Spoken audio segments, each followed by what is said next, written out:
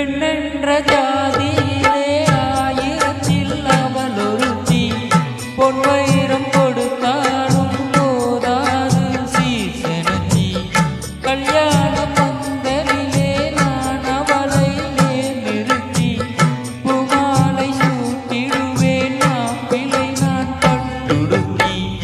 அன்றாடம் அலைந்து எங்கேயும் தேடி கண்டேனே எனக்கு தோதான ஜோடி வந்தாச்சி கால நேரம் மலையிடத்தான் பாத கொலுசு